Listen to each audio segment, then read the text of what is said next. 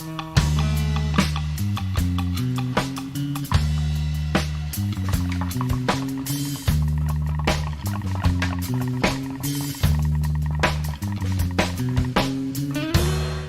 is Doug Clifford, who plays drums for Creedence Clearwater, who's been there since the start, which was how long ago?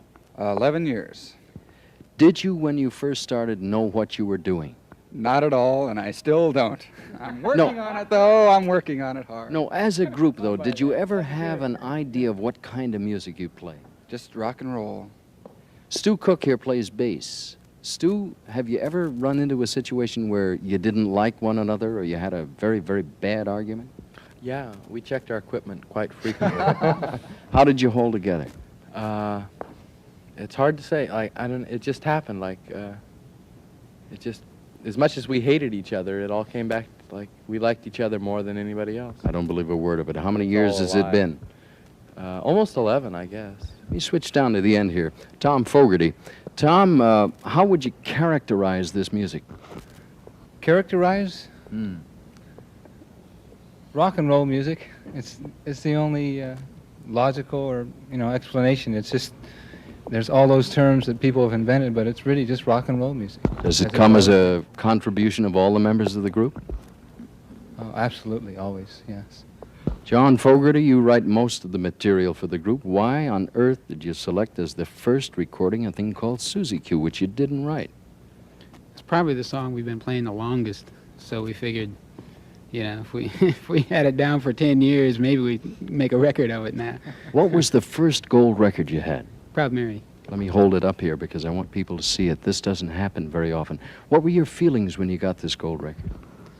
Well, after waiting a long time, it's hard to describe. It's just elation, and sort of a personal triumph, too. We went after that, I suppose, 10, 11 years ago, and finally getting one was kind of a great reward.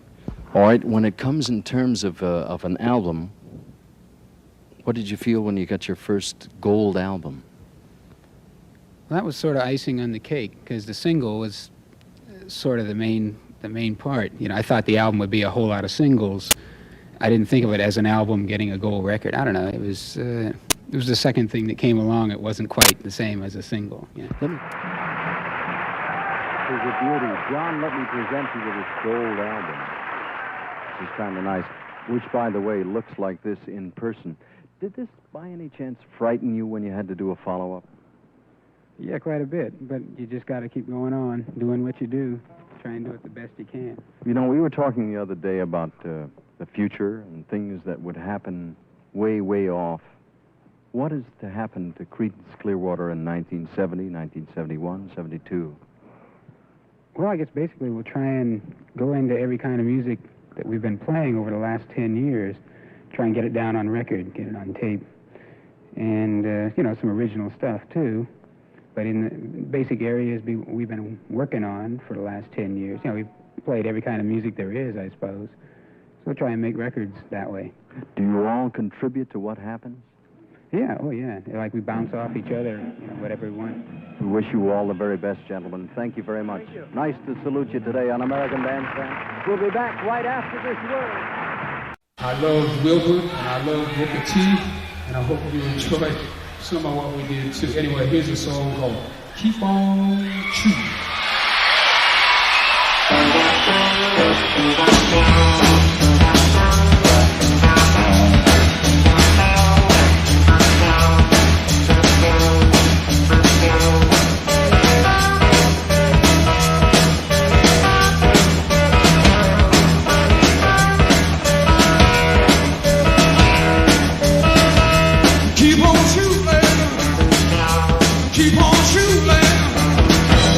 Keep on shooting,